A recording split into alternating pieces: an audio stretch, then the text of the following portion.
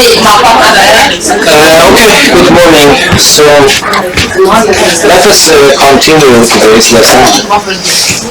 We started the topic of modular arithmetic last time. Let me just review a little bit so that you can refresh your memory. So if you remember, we talked about congruency. So if A and B are integers, yes, and n is a natural number, and n is greater than or equal to 2, then we say that A is congruent to B mod m.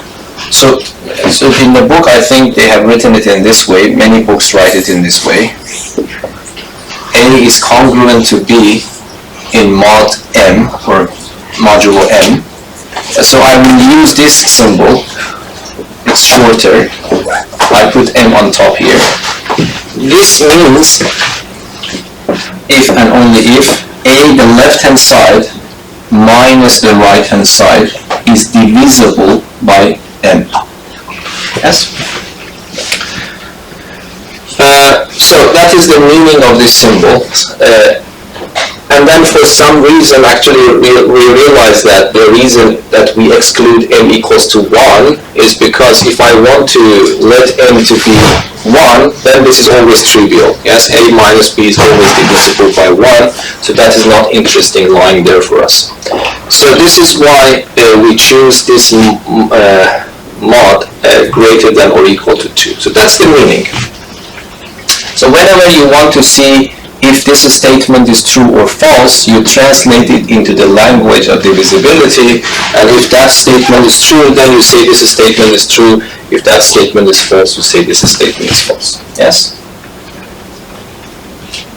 So for example, if I write 13 is congruent to 3 mod 4, is congruent to 4 mod 3 is a true statement. Why?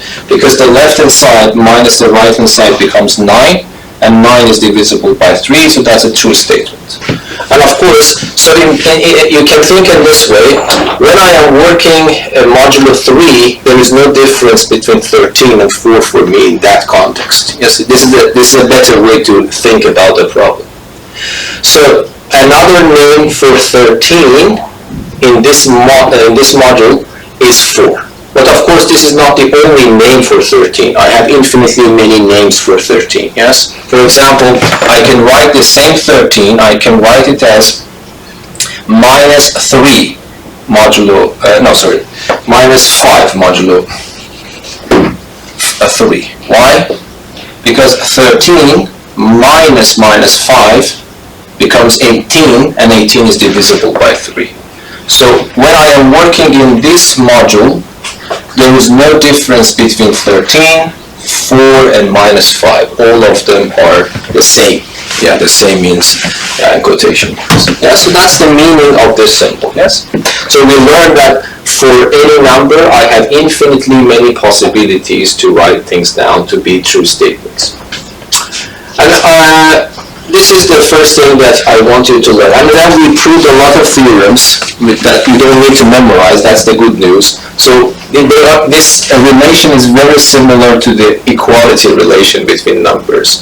So whatever you expect there, more or less is translated, transmitted here. Yes. So for example, if A is congruent to B modulo m, you can immediately conclude the other way around is also true. So you see, you don't really need to memorize things. These are really like equality. If A is equal to B, you can immediately conclude that B is equal to A as well. Yes? Or I don't know, for example, if A is congruent to B and B itself is congruent to another number in the same module, of course, then if you want to, you can conclude that A is congruent to C in the same module. And of course, every number is congruent to itself in any module, yes? So these are the basic or fundamental relations, but of course we have also something like this. If A is congruent to B, I can multiply B both sides by an integer c, for example, I can add that c to both sides, or I can subtract them, yes? So these kinds of arguments we had before. So we had A congruent to B module M, and if I have another one in the same module, and if I want to, I can multiply them side by side. I can, I don't know, add them side by side, or I can subtract them. Yes? So, but the only exception, so if you remember, we also had this, if A is congruent to B modulo M, and if N is a natural number, if I want to, I can raise both sides to that power, yes? Still, this is true. If this is true, and N is a natural number, this is also true. Yes? There were two exceptions that you need to remember. One exception is that you are not allowed to divide, yes? For example, because we know that in equality, if I have A equals to B, and if someone tells me that C is not equal to 0, I can divide and I get this. The division in this congruency relation is not allowed. It's a little bit more technical. So you might say that, of course, this is clear because when I divide, sometimes I will get fractions, and this symbol is meaningless when it comes to fractions, but that is not the whole story. For example, if I can bring up an example here, so let me write 12 is congruent to 4 modulo 8, yes? This is a true statement, yes? 12 minus 4 is 8, and 8 is divisible by 8, so that's a true statement. Now I divide everything by 4. If I divide this by 4, it becomes 3. If I divide this by 4, it becomes 1. And if I keep the same module, even though I am not generating fractions, I am still generating integers. But this is false, yes? Because 3 minus 1 is 2, and 2 is not divisible by 8. So be careful. So division is not allowed in this new relation, even if after division you still have integers. Yes, it might be true or it might be false. So you cannot rely on that. So this is wrong. This is true, but this is false. Okay? And the other one is, of course, you can raise both sides to power n, but you are not in general allowed to take the nth root, yes? So these two exceptions you need to remember. You are not allowed to divide in general, you are not allowed to take the nth root from both sides, yes? But everything else, what you could do with equality sign, equality relation, you can still do it here. And the good news is that you really don't need to memorize anything. Yes? Is that clear? So that's just a very crash review about what we have so far. Okay, so let me now go to the more or less last part of number theory according to the book, and then we of course continue this chapter even though the other topics are not called in general number theory. Okay. So let me write this here. A is congruent to B modulo M if and only if the left-hand side minus the right-hand side is divisible by M. So let me keep this definition here in front of our eyes. Okay. So I want to, I don't know, we wrote this theorem, but let me just rewrite it again. So this is a main theorem. So I would say let A and B be integers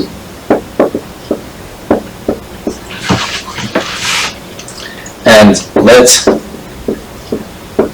M greater than or equal to 2 be a natural number.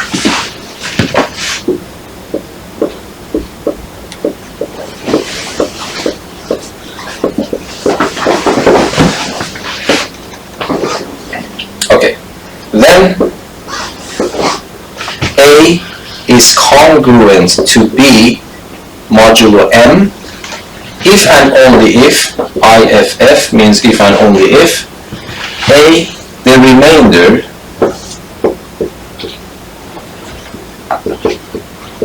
the remainders of the divisions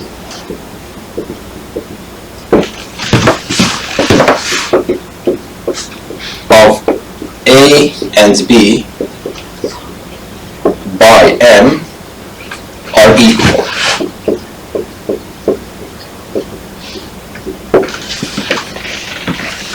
Okay, so that is the main theorem.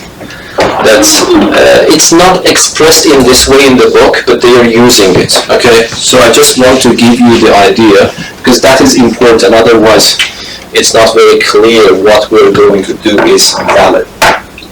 So we say that if you give me two integers and you give me a natural number greater than 2, one easy way to understand this is to subtract b from a and to see that a minus b is divisible by m. That is, of course, the straight way of understanding that. There is also an indirect way of understanding is this. Of course, this is modular. You divide a and b by m. If the remainders are equal, then of course you say that a and b are congruent. This is the more trivial part. The non-trivial part is that why, if a is congruent to b, the remainders by m are the same. Okay, so let me try to show this one. This is optional, but I really recommend you at least to listen how it goes. So I would say proof. So when you say if and only if, it means that this is two statements that you have to show. Once you should assume that this is true and show that the remainders of a and b by m are the same. And the other way around, you assume that the remainders are the same and show that this is valid. Yes? The second one is easier, so let us do the second one first. So we say that let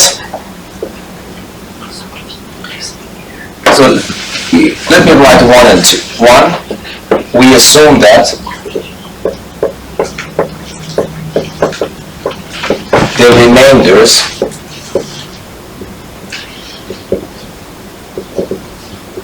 let me make it short. The remainders are the same. Yes, we show that we assume that we show that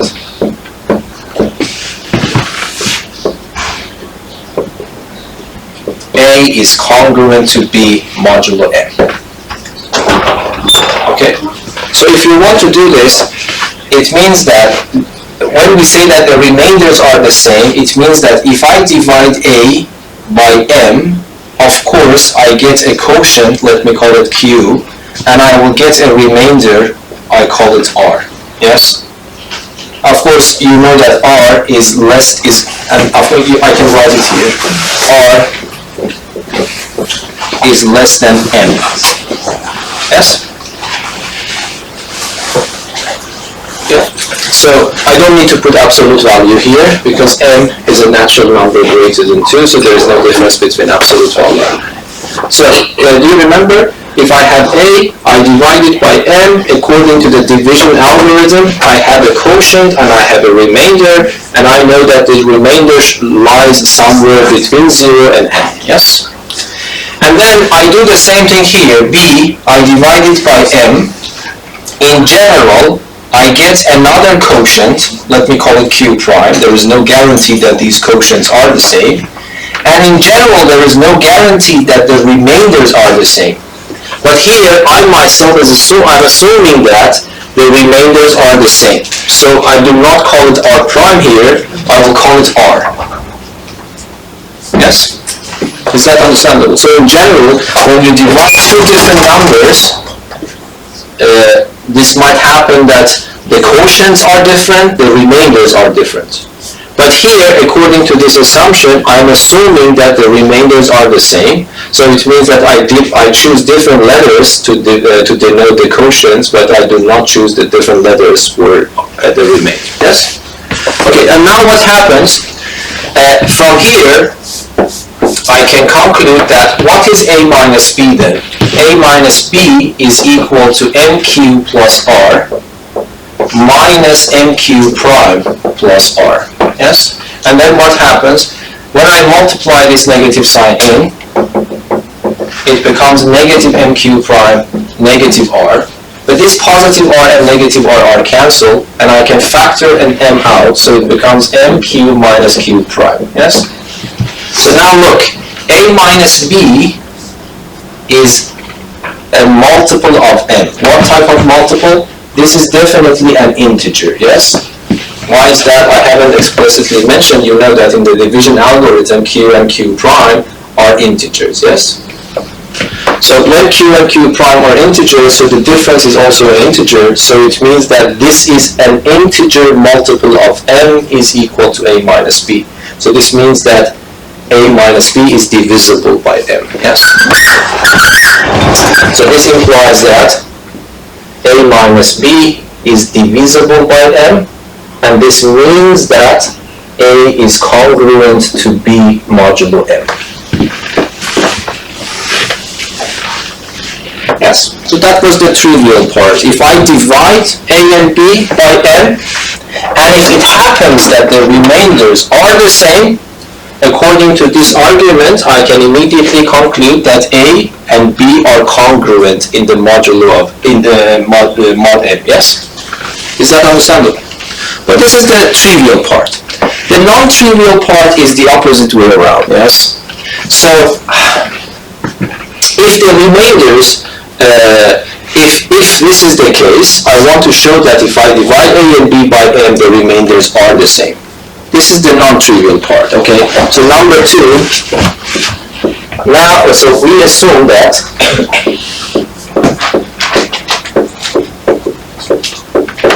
a is congruent to b modulo m, and show that the remainders, of course you know what I mean by remainders of the divisions of a and b by m. The remainders are the same.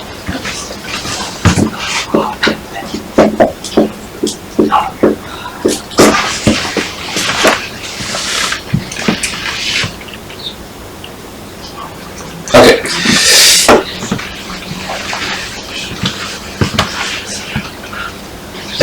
So, I am talking about the remainders of a by m and b by m.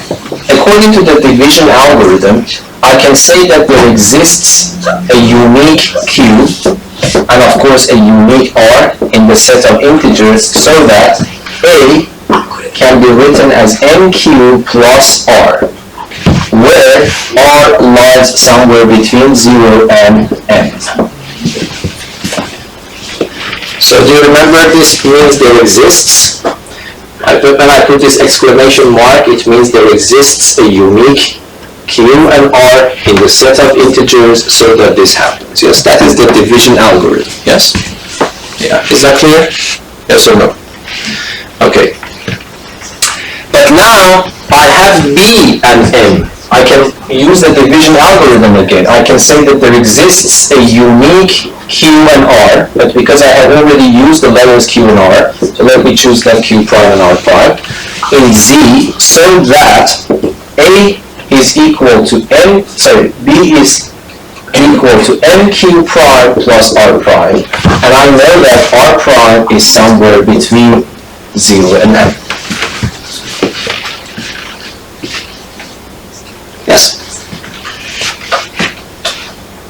The whole goal is to show r and r prime are the same. So you know, this is completely independent. If you give me a and m, according to the division algorithm, I will be certain about the existence of these two numbers with that property. And I will have the same thing for b and m. What is not clear here is that if r is equal to r prime, the claim is that if a and b are congruent modulo m, then r and r prime have to be the same, which is not trivial. Yes? So we want to show that.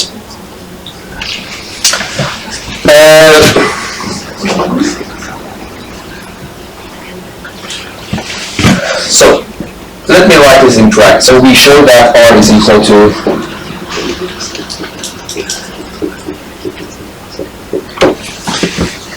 okay, let me take away these pair of brackets. We show that R is equal to R prime.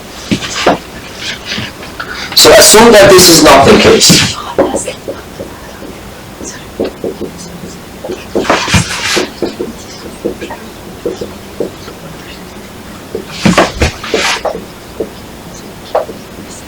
Then I am claiming that R is equal to R prime. If you don't believe in that, then it might happen that R is smaller than R prime or R prime is smaller than R. There are no other options. Yes, then either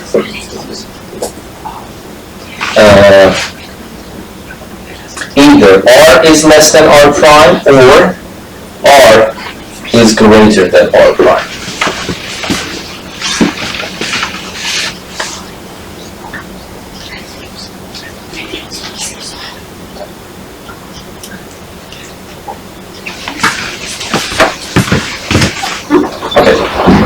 So we want to show that none of them can happen.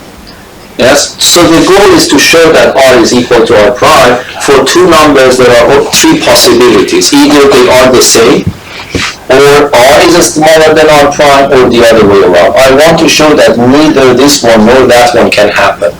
If this cannot happen and this cannot happen, then there is only one option left between R and R prime. They have to be the same. So that's the logic. Yes? So for example, let us concentrate here. So let us consider the case R greater than R prime.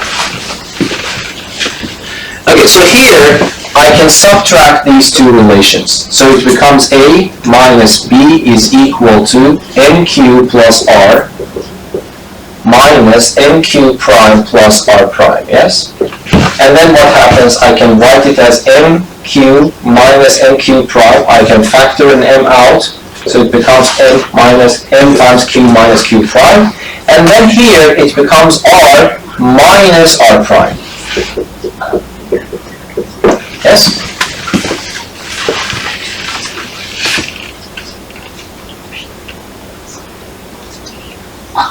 Okay, now let me ask you one question. So let me write it a different color here. So what I wrote is this. Under this condition, A minus B is equal to M, instead of Q minus Q prime, let me write capital Q. But we know that this is an integer, so I don't have any problems here. That's an integer. I call it capital Q. And R minus R prime, let me call it capital R. Yes? And this is also an integer. Because R and R prime are integers. Okay, but now let me ask you one question. If I ask you, what is the remainder of A minus B by M, what is your answer?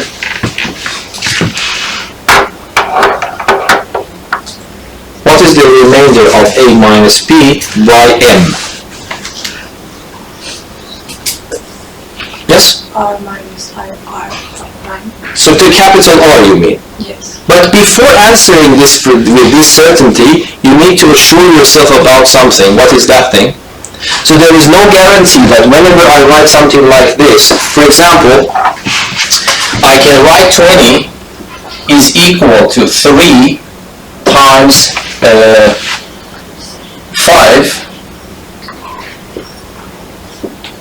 plus 5. Do you agree that this relation is true? Yes? So let me change the number. So let me make it 21. Yes? And then 3 times 5 plus 6. Yes? If I ask you, what is the remainder of the division of 21 by 3, what is the remainder without studying anything? What is the remainder of 21 when you divide it by 3? It is 0. Okay? But on the other hand, this relation is also true because 3 times 5 plus 6 is 21. But I cannot call this the remainder because this doesn't fulfill the property of being a remainder. The remainder should lie somewhere between 0 and the absolute value of the divisor. Yes? Is that right? So because I have this relation, I cannot make sure that this number is the remainder unless I check that this number lies between 0 and m. Yes? But this is also guaranteed. Why do you think capital R lies somewhere between 0 and m?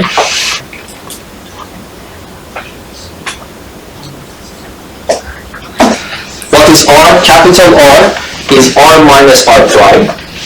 I have assumed that R is greater than R prime. So let us look.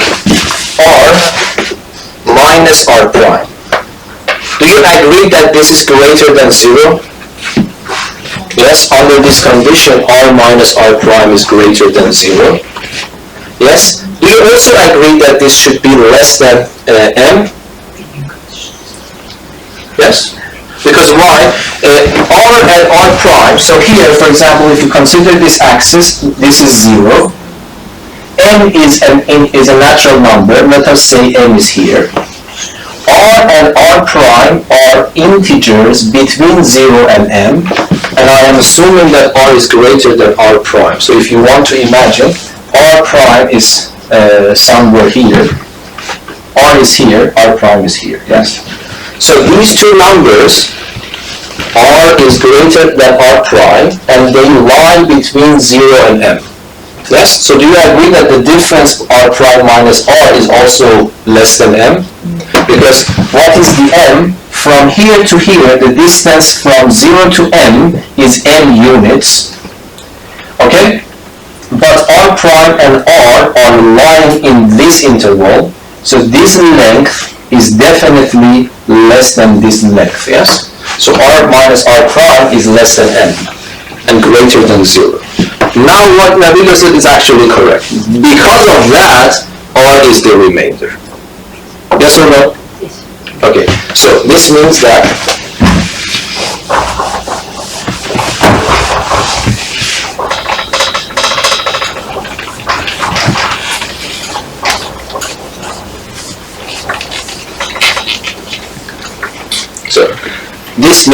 therefore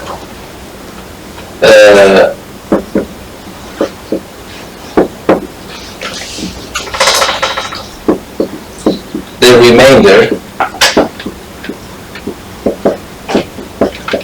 of A minus B by M is R, and R is between 0 and m. Why it is not equal to 0? Because R is strictly greater than R prime. There is no way for R minus R prime to be equal to 0. But this is a contradiction. Can you say why? This cannot happen. So on the one hand, this happens. On the other hand, I am waiting for you to say why this cannot happen. Why this cannot happen? Because I am assuming something here. We assume that A is congruent to B modulo M. Okay, so let me write. On the other hand,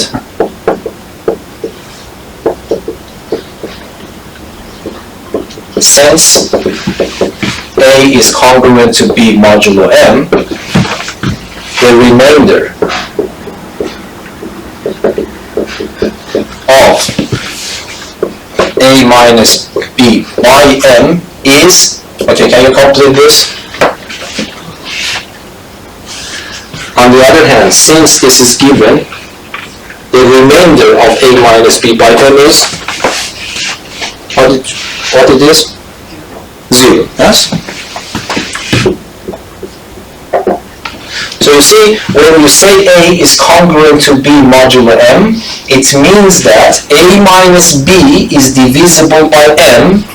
When it is divisible by M, its remainder by M is 0. Yes? So when you assume that A is congruent to B modulo M, this means the remainder of A minus B by M is 0. On the other hand, we showed that the remainder is greater than 0. It cannot be equal to 0. These two things cannot happen simultaneously. This is contradiction. If this happens, this cannot happen. And if this happens, this cannot happen. But here we showed that both of them are happening. Why? Because I am assuming this. So this means that this cannot happen, because if this happens, two contradictory things should happen simultaneously. Is that understandable? So this assumption is false. R cannot be greater than R prime. In the same way, you show that R cannot be less than R prime. It's very, very similar to this argument. So then it means that R greater than R prime cannot happen. R less than R prime cannot happen.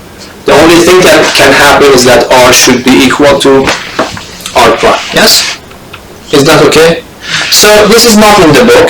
But this is not that I don't think this is very hard that you don't understand. But anyway, I want to use this extensively, and that is in the book. Okay? So, what I want to write, this remark is very important for me, which is the conclusion here. Okay? So let me clean this and write the remark here. And that is really important. We will use this extensively. So, remark.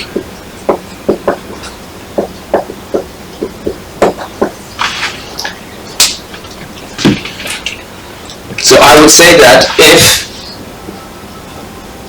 A is congruent to R modulo M and R is greater than or equal to 0 less than M, I emphasize here, then the remainder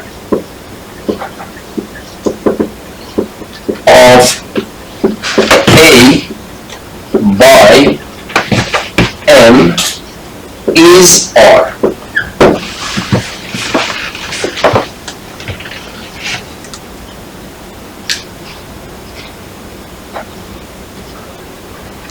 Okay?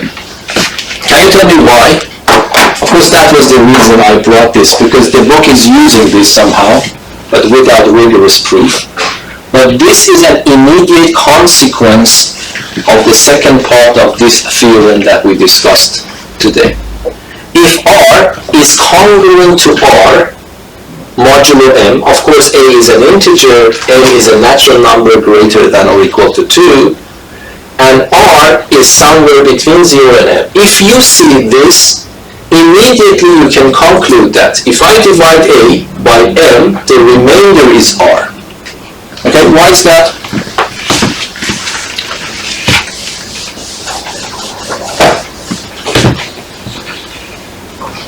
Might be to understand this, I need to remind you a little bit of something. So can you tell me, if I divide 2 by 5, I want to divide 2 by 5 in the realm of integers. Of course, if I divide 2 by 5 in the real numbers, it becomes 0.4. But this is not acceptable when we're working in number theory. It's not a rational number. So can you tell me, if I divide 2 by 5, we had this exercise before, what is the quotient and what is the remainder? I am intentionally choosing the smaller number divided by the bigger number. Okay? If I ask you, divide 5 by 2, you can immediately answer that. What is the quotient? The quotient is 2, 2 times 2 is 4, 1 is left. And that's the remainder and that's the quotient. Yes? This we have. Now I want to do it the other way around. I want to divide 2 by 5 and I'm asking you the same question. What is the quotient and what is the remainder? We had this before. What is the quotient?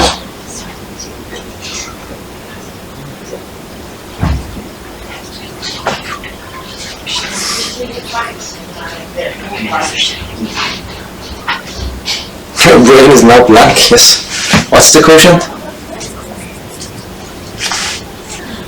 Yeah, the quotient is 0. Yes. What is the remainder? 2, yes?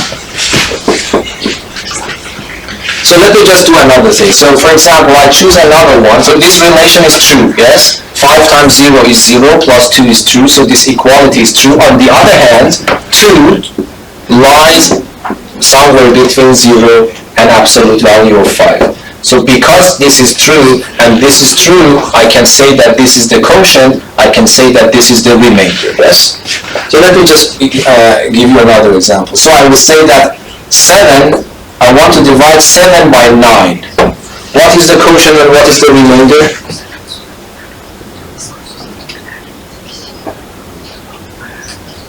What is the quotient? The quotient is again 0. What is the remainder? 7. Yes? So the quotient is 0, the remainder is 7. Now, so you see that if you divide a natural number by another natural number, which is bigger than that one, the remainder is always the smaller number. Yes? Is that so here I have two numbers, A and B, but the remainder is the smaller one. Here I have 7 and 9, and I have the remainder, the small one. Yes? Now I am asking you this question. A and R are, A is congruent to R modulo M. According to what we showed is that if I divide A by M, and if I divide R by M, the remainders are the same, according to this theorem, yes? Because I have this congruency. Here I showed that if this congruency holds, and if I divide M, A by M, and if I divide R by M, the remainders are the same. This was the content of this a little bit harder theorem. Is that understandable? But now I am asking you, if I divide R by M, what would be the remainder? According to what I showed here and this condition. I'm dividing R by M. What is the remainder? Are you with me or not? What is the remainder? R is the smaller. So if I ask you what is the remainder of R by M, because R is the smaller one, and because of this argument, you will answer me that the remainder is R. Yes? If I ask you what is the, if I divide A by M, assume that the remainder is R. But this theorem tells me that because of this relation, the remainder of A by M and the remainder of R by M are the same. Yes? So these two remainders are the same. So if you have this relation and this relation, this is guaranteed that the remainder of A by M is this number. Yes? Is that clear?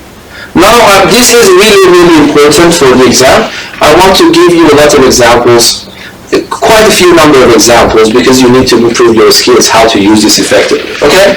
So, I want to use this. Okay.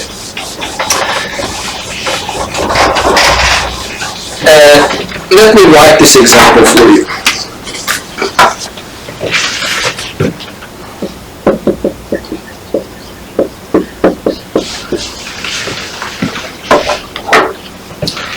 Determine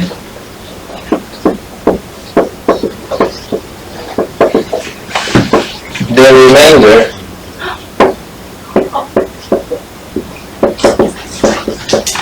of each division.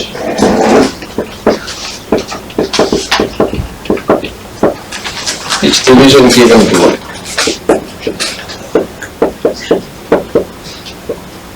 So number one, I give you this number, 2 to the power of 103 by 31. I hope that this is not the hardest one.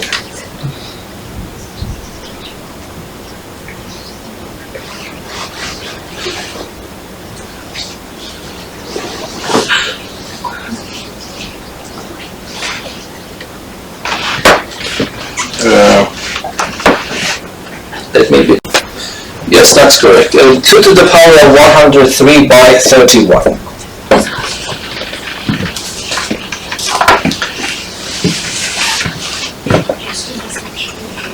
So let us solve them one by one, okay? So, and by the way, this number, I can in the exam, I can make this number so big that you cannot calculate this using a calculator. Because for example, if I give this, I don't know if the calculator is capable of giving you the exact value of this number, because the number of display, the number of digits that can be shown on display is limited. But don't worry, so I can make it bigger, I can make it 1030, for example. Yes. So you need to know how to solve the problem. So if you want to solve this problem, you need to remind yourself of this remark. Okay, so that's a huge number. I want to do it without calculator. I want to divide this number by that number. There will be a remainder. I want to predict that remainder by certainty, yes? So how can I do that? So in a scratch paper, this is the way that you need to think.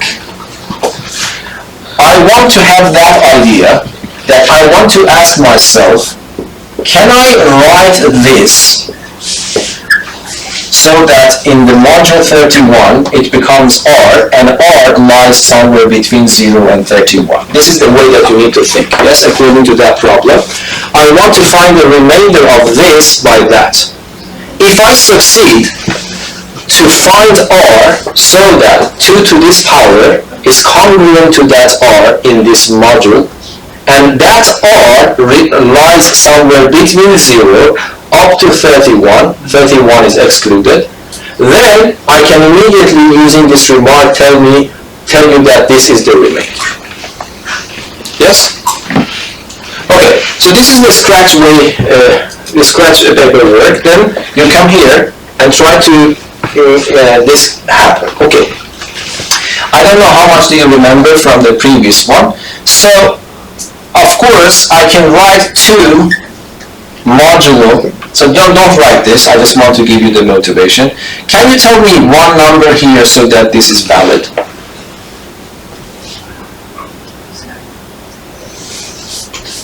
What can I put here so that this is good?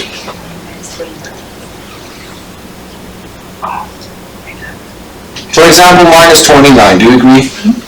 Yes? 2 minus 29 is how much? Is 31.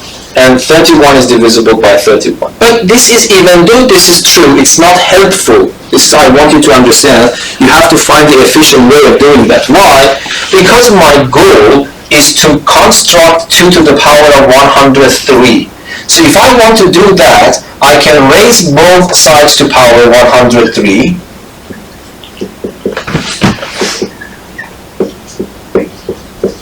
And this is 31. If you ask me, is this true, I would say yes. If you ask me, is this true, I would say yes. But this is useless. Yes? Because I am making the problem harder for myself. Calculating this number is much harder than calculating the original value. Yes? So even though whatever I have written on the board is true, but it is useless for my purpose. Yes? So that's not a good thing to write even though it's true. Is that understandable? Because at the end, I want to make this a very small number. Very small means somewhere between 0 and 31, and definitely this is not that number. So forget about this method. So this is the experience I have. So usually don't be in a hurry. Try to calculate some powers of 2 that you can do it with pen and paper easily. Okay. So for example, I would do this in a scratch paper. I would write 2 to the power 1.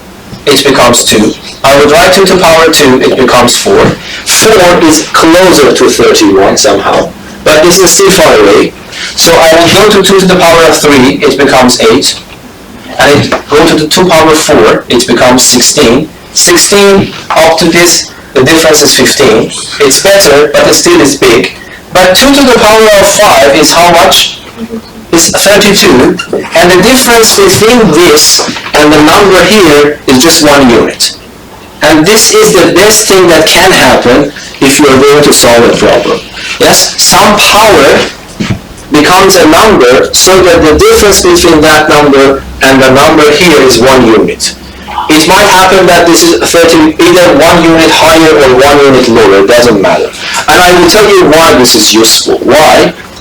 Instead of starting from here, which was not hopeful, I start from here. Yes, I would say that 2 to the power 5, and I would write 31 here, because my goal is to have 2 to the power 103 and 31 here. Okay, what can I write here according to this calculation? What can I write here? I can write a lot of numbers. What is the best number to choose here? What is that? 1. Yes? Why is that? 2 to the power of 5 is 32. And if I subtract 1 from it, it becomes 31, and 31 is divisible by 31.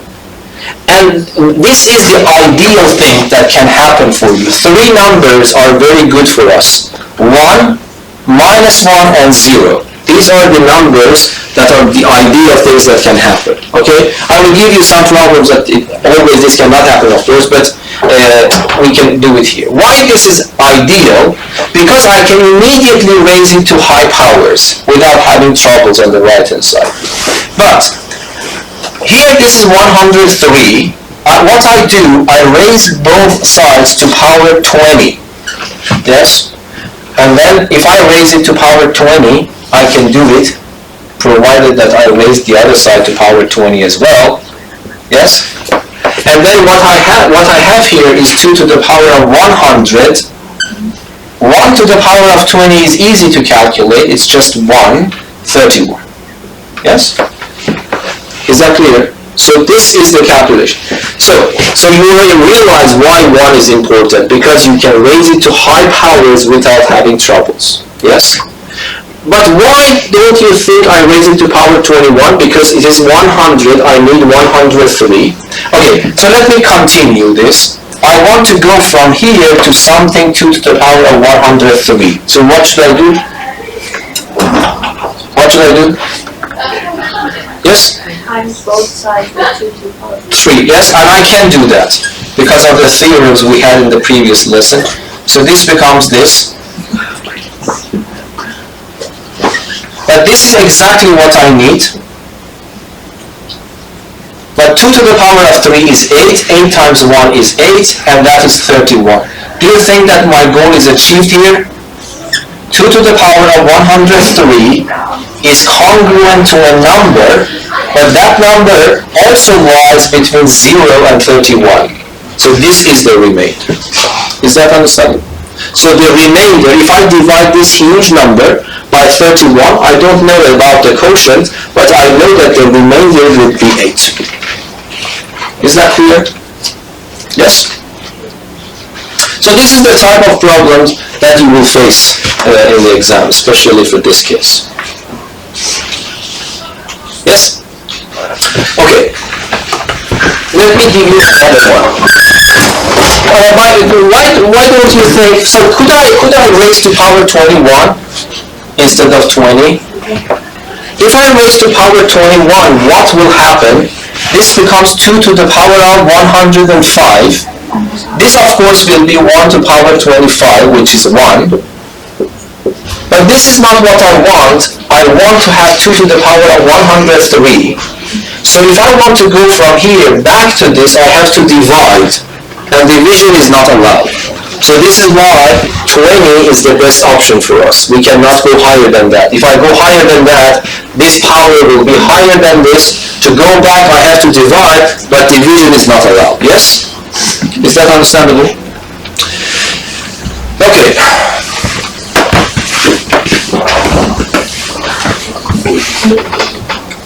Let us go to the next example.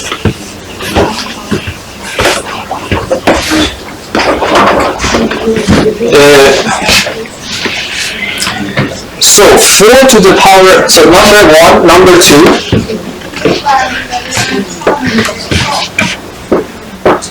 4 to the power of 374 by 9.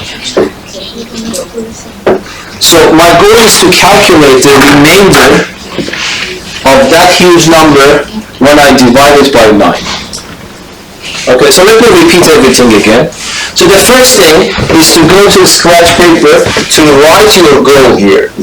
So what is my goal here? My goal is to write 4 to the power of 374 and simplify it in modular 9 to a number r, so that r lies somewhere between 0, 0 included, up to 9, 9 excluded. I would recommend you to write this in a scratch paper so that you understand what the goal is. So do you have any problems with this scratch paper now? So this scratch paper is the content of this remark, yes? And I want to answer this question, so this will motivate me, according to that remark, to write something like this and look for R. Yes? And now you have to start somewhere. So here, again, I continue my scratch paper by writing powers of 4. I don't know, this is, so you have to do it up to some point, yes? So 4 to power 1 is 4. Let us not, so what is the difference between 4 and a multiple of 9? So what are the multiples of 9?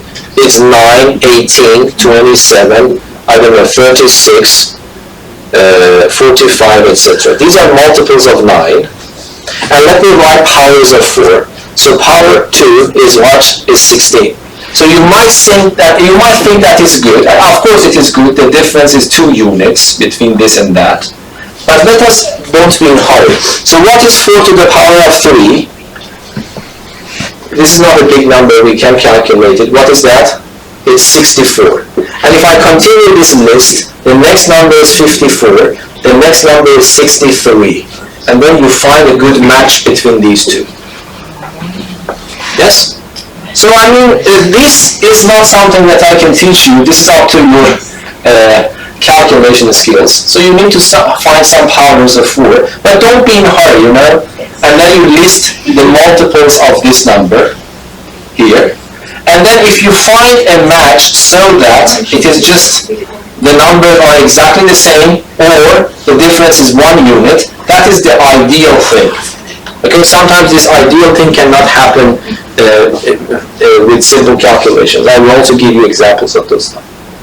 But here, this is my good match here. So what should I start? Where should I start? I would write 4 to the power of 3. I would write 9. Okay, can you tell me what is this number? It's 1 again, yes?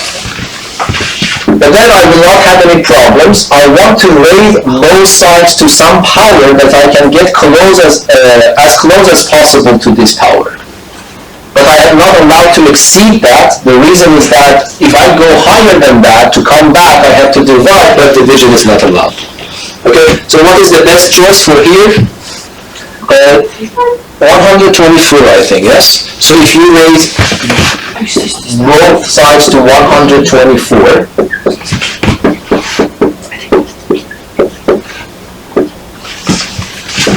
this multiplied by that is 372. Congruent, raising this to that power is very simple, it's just 1, and then I have 9. But I need 2 more, yes? So I multiply both sides by 4 to the power of 2.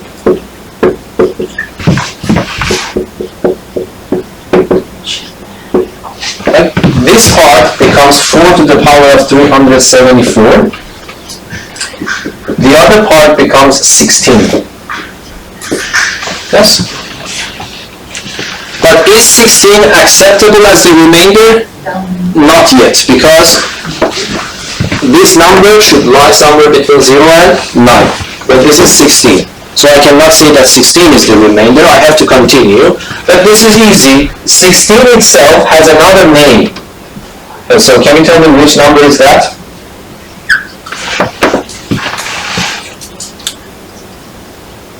What is the number I should write here? I want to write a number here so that 16 is congruent to that number modulo 9, and that number lies between 0 and 9. So, yes? And so the remainder is 7. So the remainder that I was looking for is 7. Why? This equality, this relation holds, and 7 is somewhere between 0 and 9. So this is acceptable. So the remainder is 9.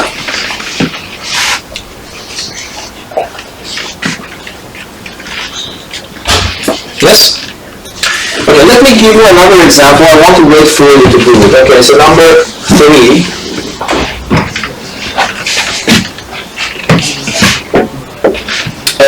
Let me write this for you. 2 to the power of 240 489 by 13. Okay, so this one. I will pause the record and I want to wait a little bit for you. Okay, could you solve the problem?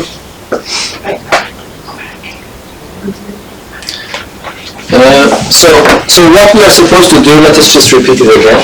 So if you go to scratch paper, what is the goal here? The goal is to write 2 to the power of 489 in modular 13 with a number r, so that r lies somewhere between 0 included, and 13 excluded. This is the question mark. If I can achieve the goal, then I am done. And you need to do some more scratch work. So you just start, because this is the base, this is the highest, these are high powers, so you just write some of them. So you write some multiples of this. So the 13, the second multiple is 26, the next one is 39. The numbers that are divisible by 13. The other one is 42. It depends, I don't know how much you want to go. Is that right? No, sorry. 52. And then 65, and I don't know, 78, and etc., etc. So these are the multiples of 13, yes? I don't know, is there any number that catches your eyes here somewhere? Yes?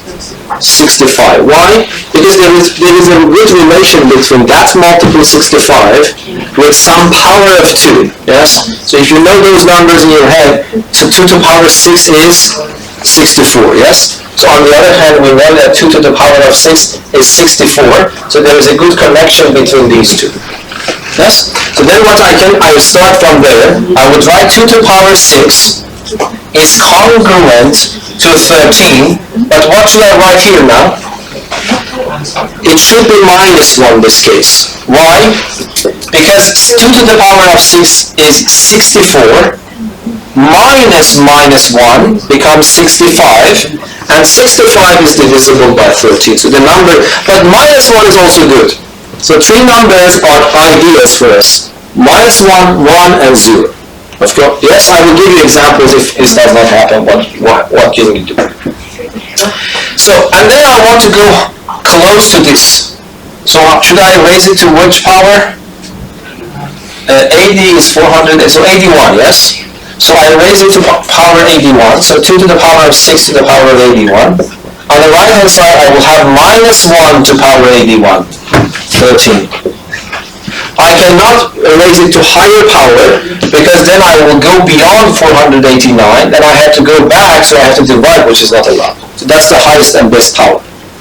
But then 6 times that one is how much? Is 2 to the power of 486 is congruent. This is also easy. Minus 1 to an odd number is negative 1. Yes? Because that's an odd number. Minus 1 to the power 81 is minus 1, and then 30. But I need 489. So I am still 3 left behind, yes? So I have to compensate for that by multiplying both sides by 2 to the power of 3. So then it becomes 2 to the power of 3 multiplied by 2 to the power of 486. On the right hand side I also have to do the same thing. So it becomes 2 to the power of 3 multiplied by minus 1. This is exactly what I want. But this becomes negative 8. Negative 8 is a good and a small number, but it is not acceptable for my case here because I want a number, non-negative number is smaller than 13. Okay, what can I write this? So what should I write here? I should write 5, yes. When I write 5, it becomes minus 8, minus 5, which is minus 13. Minus 13 is divisible by 13. Is this number acceptable? Yes, because 5 lies between 0 and 13, so that is my remainder. So the remainder of the division by 13 is 5. Yes, understandable? Yes? Can you repeat again where does 81 come from? No, because I want to get close as possible to 489. I raise it to power 481. Yes? Is that clear? Okay. Now, let me give you another example.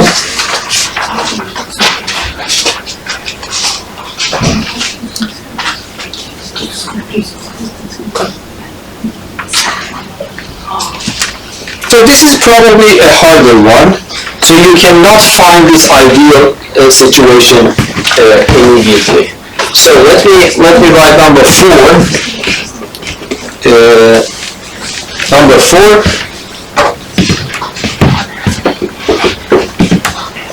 So we want to do it like this: 2 to the power of 100 by 19. If I remember correctly, this example is not the ideal one. It doesn't give rise to the ideal one immediately.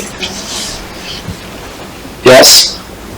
Okay, so let us see how we can solve that problem. So if I see this problem for the first time, what I need to do, I go to a scratch paper, and then I would say that my goal is to have this relation, 2 to the power of 100, or modulo 19, or should be somewhere between 0 and 19, and this is my question mark.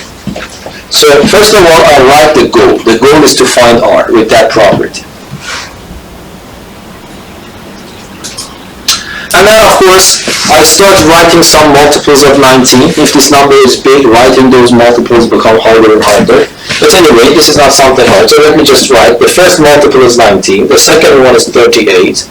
I don't know, the third one is 57. So, and then, you see, what is that one? 19 plus this one is how much? 76, yes? And then 95, etc., etc. It's not clear how many I should go down, yes?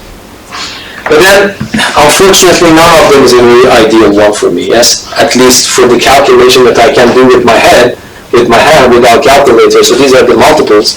And then you know the powers of 2 are 2, 4, I don't know, 8, 16, 32, 64, 128, etc., etc. So you see, at least for the few numbers that I am testing by hand, there is no good match. And I have to start somewhere. Yes? So what can I do then? I have to start with a number that I can make this number on the right as small as possible. Yes, of course the ideal thing with 0, 1, and minus 1, which doesn't appear here. So what do you think? What should I do?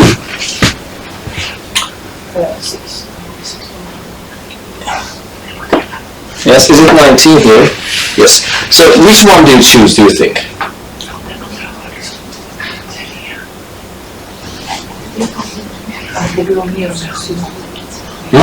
Yes? 16 is the closest. Yeah, probably it's better, yes? So I would choose 16 and try to match it with 19, yes? It's probably the best one. So let us just do that. 16 is 2 to the power 4. And then on the right hand side, I want to ask you, what can I write? I want to match it with 19 there. So what should I write? What?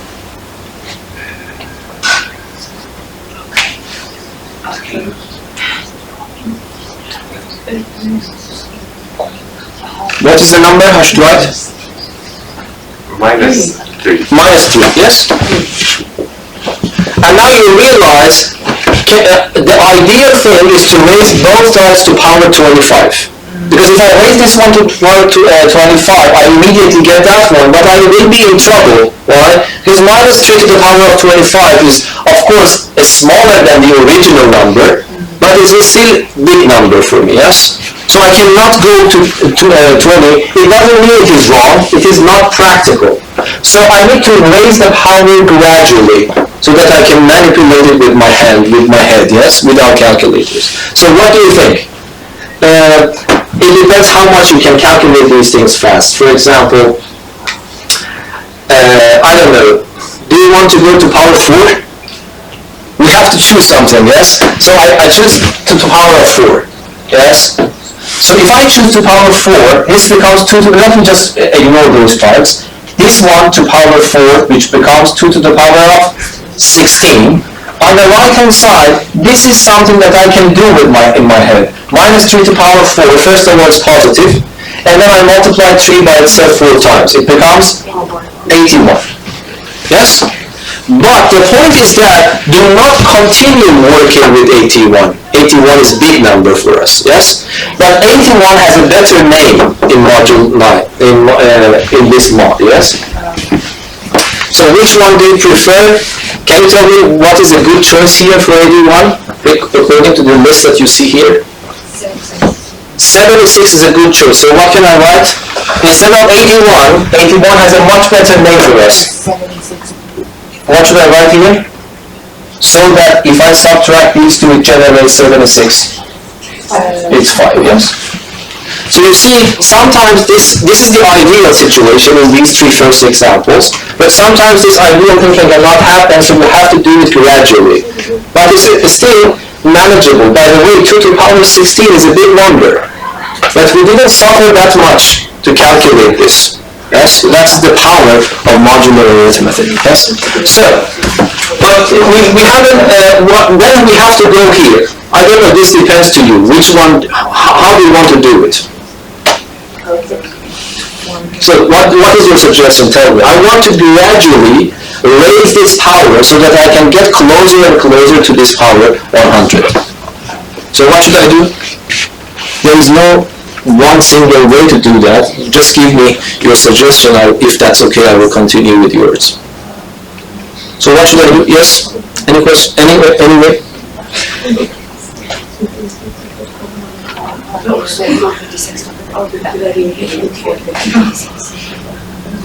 The simplest choice is to raise it to power 2. Okay, don't doubt about it. You just raise it to power 2. What is happening?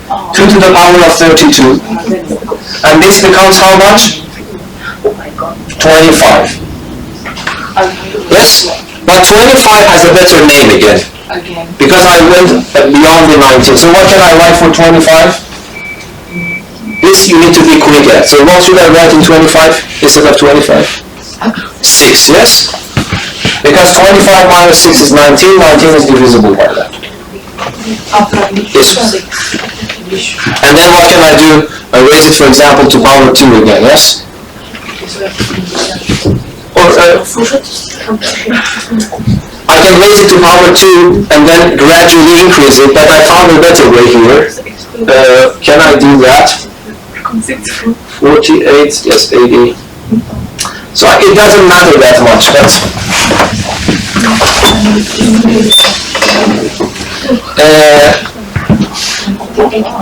So let me raise it to power 3 this time. So this, I'm not forcing you to raise it to power 3, but you can choose to raise it to power 3. If I raise this to power 3, what will happen? This becomes 96. Yes, I'm very close to 100 now. But then I have to raise this one to power 3 as well. Yes? I don't know if this number is big for you or not, but you don't have to use your calculator. Instead of 6 to the power of 3, you can write it as 6 times 6 times 6. I want you to learn these tricks. So 60, this one, I can write it as minus 2. Do you agree? These are the things I want you to learn, yes? So I raise both sides to 3. It becomes 2 to the power of 96. And then this becomes 6 to the power 3. One way is to take your calculator, multiply these 3 times, and then find which is the closest number to the multiple of 19. But there is an alternative way, which is, I really want you to learn these things. 6 to the power 3 is 6 times 6 times 6. Everyone knows that. But instead of 6 times 6, I can write minus 2. Agree with me?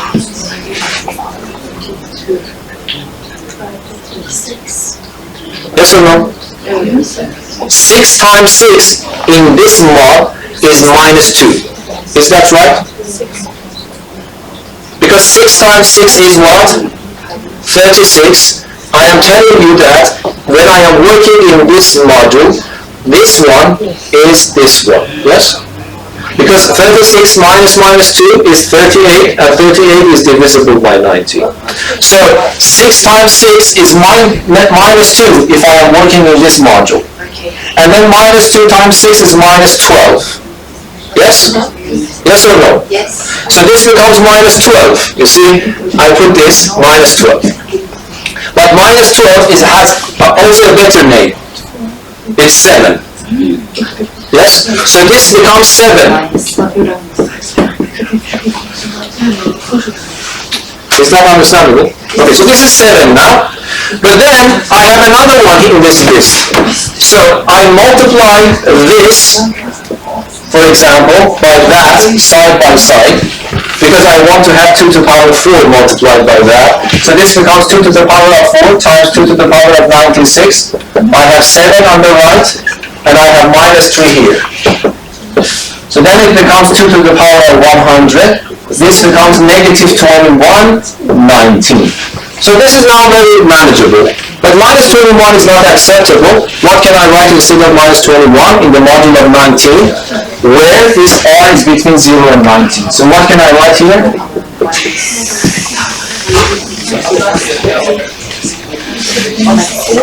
What can I write? You need to train yourself a little bit. This will come. Yes, 17, yes? It's 17. And that's the only number, by the way. If you want to respect this, this is the only answer that you can provide for me. So 2 to the power of 100, if I divide it by 19, the remainder is 17. Why 17 is correct? Because 17 is between 0 and 90. On the other hand, minus 21 minus 17 is minus 38. Minus 38 is divisible by 90. So this is the way that you have to do it. If you cannot find the ideal situation, you have to raise it gradually. But this is possible, yes? So 2 to the power of 100 is a huge number, but we were able to do it without calculator. We were able to find the remainder of that division by 90, yes? So the only thing that you need to train yourself by doing exercises is to find immediately these kinds of calculations. And if you practice, it will really come, and it becomes very fun to do these things. Of course, the lesson is finished, but I want to provide you with more examples next time. And then the number theory, chapter number theory is not finished, but the number theory, the real number theory is finished. Okay, so we will finish. Thank you very much.